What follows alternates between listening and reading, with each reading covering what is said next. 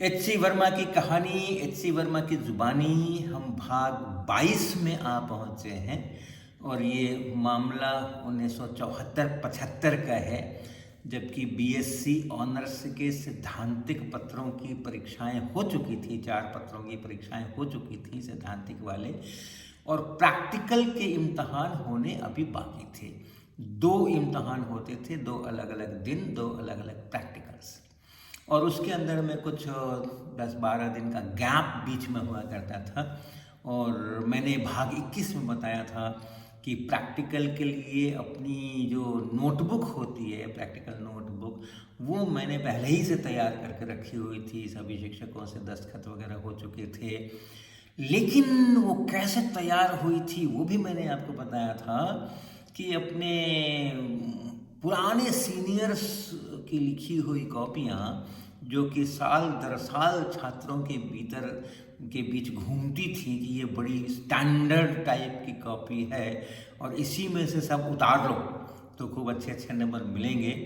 तो उसी तरह का काम मैंने भी किया था, और जो सीनियर ने किसी ने लिखी होगी बहुत मेहनत करके और बहुत अच्छी कॉपी लिखी होगी, वो मूल प्रति तो किसी भाग्यवान के ही हाथ लगती होगी। बाकी सबको तो उसका जो सेकेंडरी स्टैंडर्ड है, यानी जिसने उससे उतारा, उस उतारे हुए से फिर दूसरे ने उतारा और फिर उससे तीसरे ने उतारा, इस प्रकार की ही सेकेंडरी जो मिली होंगी सोर्स बुक्स, उन्हीं से अधिकांश लोगों ने काम किया होगा और मैं भी उन्हीं में से था। लेकिन इस गैप के अंदर में सैद्धांतिक पत्रों और प्रायोगिक पत्रों के बीच का जो गैप था, इसमें जब मैंने रिवाइज किया अपनी कॉपियों को, प्रैक्टिकल नोटबुक्स को, तब मैंने देखा ध्यान से कि उसमें जो डेटा इंटर्ड है टेबल्स के अंदर में, वो डेटा तो किसी भी तरह से रियलिस्टिक है ही नहीं। बहुत ही उटपटांग डेटा है। तो कभी किसी ने उतारने में कोई डेसिमल इधर का उधर खिसकाया होगा, कुछ और किया होगा, कुछ और किया होगा, करा के लगभग बहुत सारे प्रैक्टिकल्स जो थे उसके अंदर में इस प्रकार की गड़बड़ियाँ दिखाई पड़ी।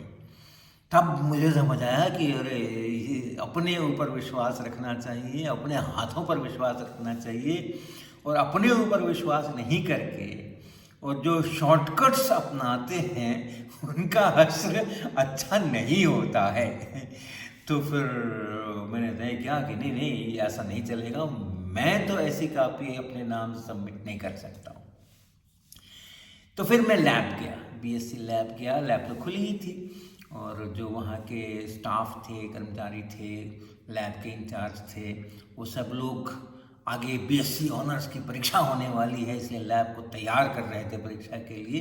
हर तरह का झाड़ फूँक, और कौन सा पाइप ठीक नहीं चल रहा है या कहीं पर कोई चीज़ गड़बड़ तो नहीं है, और सारा सामान उसके लिए जुटाना, इन सब कामों में लगे थे, इसलिए लैब तो खुली ही थी। तो मैंने लैब इंचार्ज से ये आग्रह किया कि मुझको आप पैरेलल में अपनी एक टेबल के ऊपर में और जा कर के एक्सपेरिमेंट करने की इजाज़त दे दीजिए, क्योंकि मुझे दोबारा करने हैं सारे एक्सपेरिमेंट्स अपने ऑनर्स वाले, और जो सामान उसके लिए चाहिए वो सामान भी हमें दिलवा दीजिए।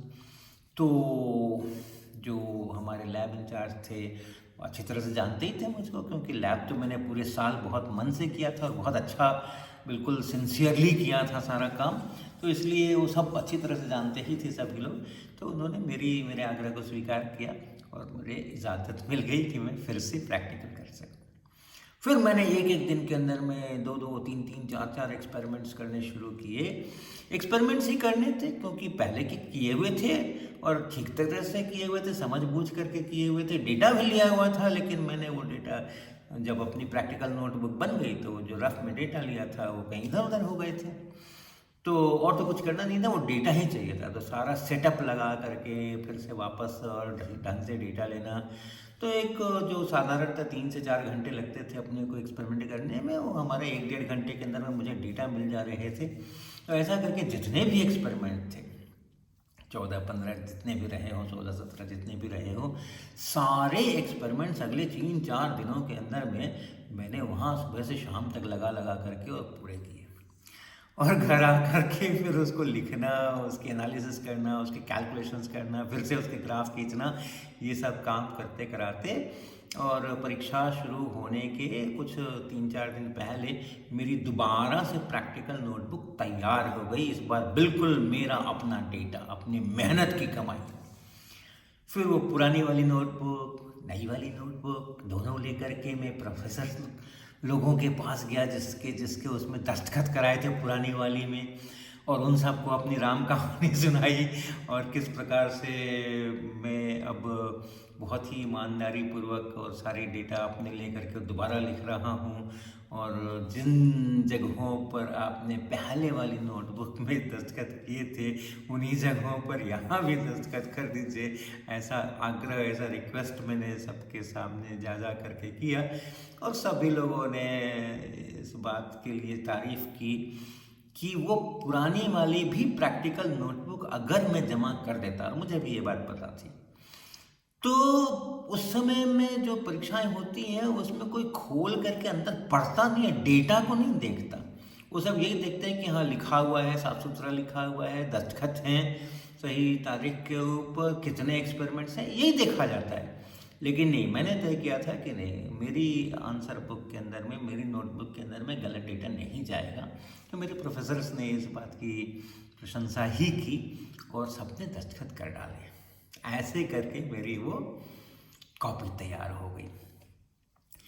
परीक्षा जो 2 पत्रों की थी उसमें से पहला पत्र जो था वो तो चला गया, स्मूथली चला गया। उसमें कोई ऐसी घटना या ऐसी रोचकता या ऐसी कोई विशेष बात नहीं थी जिसका मैं यहाँ वर्णन करूँ, मुझे याद भी नहीं है उस पेपर में क्या था और कैसे हुआ और क्या हुआ।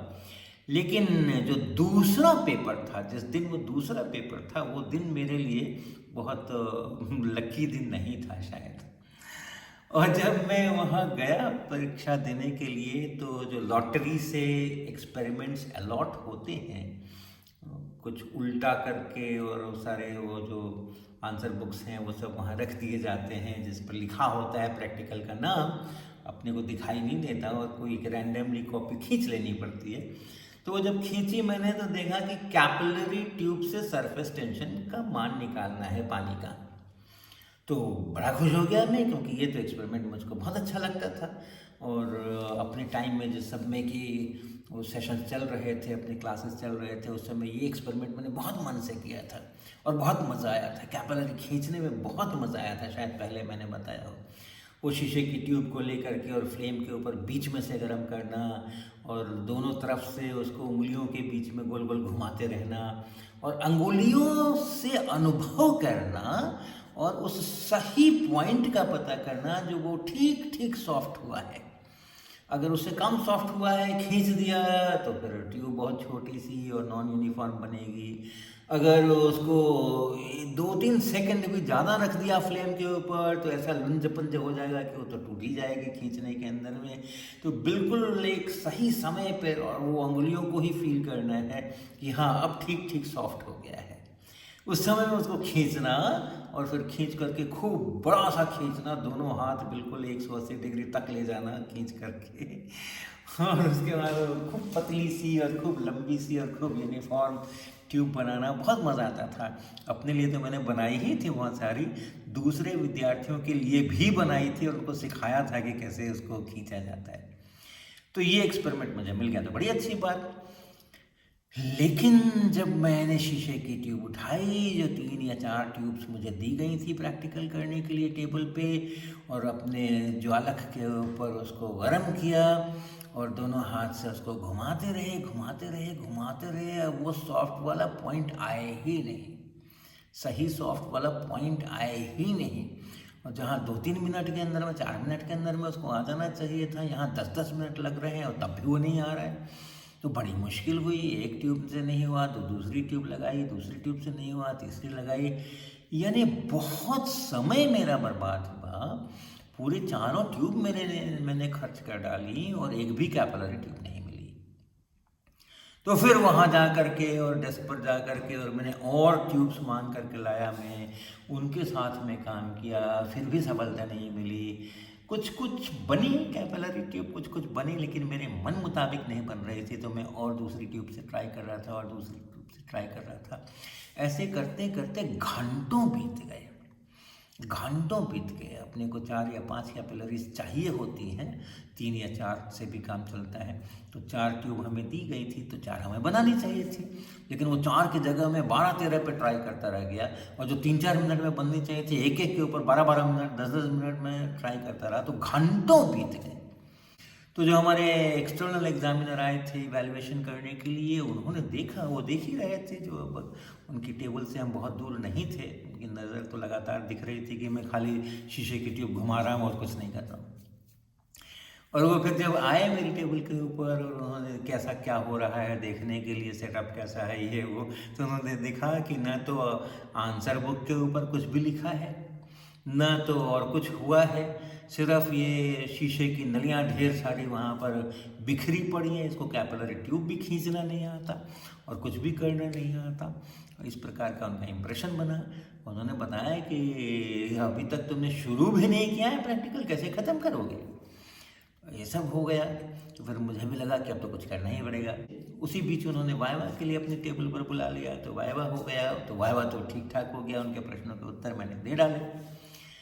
लेकिन फिर से टेबल पर आने के बाद और फिर वो जो भी ट्यूब्स बनी थी अच्छी खराब, उसी में से काट काट करके और छाँट छाँट करके और निकाली। अब सिर्फ आधे घंटे बच रखे थे और जल्दी जल्दी जल्दी जल्दी उनको लगा लगा करके और पानी के अंदर में डाल डाल करके, और जो भी उसका प्रोड्यूसर था वो माइक्रोस्कोप लगा लगा करके फटाफट फटाफट फटाफट सब डेटा लिया, लंबाइयाँ नापी, कितना पानी चढ़ा, और जल्दी जल्दी उसको यहाँ अपने नोटबुक के ऊपर लिखा। और बहुत ही गंदी हैंडराइटिंग, और कोई टेबल नहीं बनी और कुछ नहीं हुआ, और किसी तरह से जल्दी जल्दी जल्दी जल्दी करके, और उसके बाद सारे उसके कैलकुलेशंस करना, गुना भाग करके और सरफेस टेंशन को निकालना।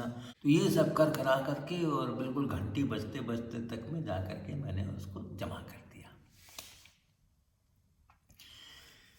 अब के आगे की जो कहानी है वो मुझे मेरे जो इंटरनल एग्जामिनर थे उन्होंने बताया कि जब मेरी कॉपी जमा हो गई और सभी की कॉपियां जमा हो गई, फिर दोनों एग्जामिनर्स ने मिलकर के और फिर सभी कॉपियों को देख देख करके, और जो उन्होंने ज़्यादा करके स्टूडेंट्स को देखा था टेबल पर, और जो वाइवा हुआ था और जो प्रैक्टिकल नोटबुक जो भी था, वो हर एक स्टूडेंट का इवैल्यूएशन ये दोनों एग्जामिनर्स ने मिलकर के किया।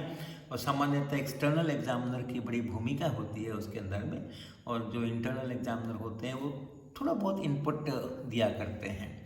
तो वो उस इवैल्यूएशन के समय जब मेरी कॉपी आई और उसका जब इवैल्यूएशन हुआ, तो उस समय में क्या हुआ ये बाद में मेरे जो इंटरनल एग्जामिनर थे शिवनंदन प्रसाद जी, उन्होंने मुझे बाद में बताया। वो चीज़ मैं अगले एपिसोड में आपको बताऊंगा।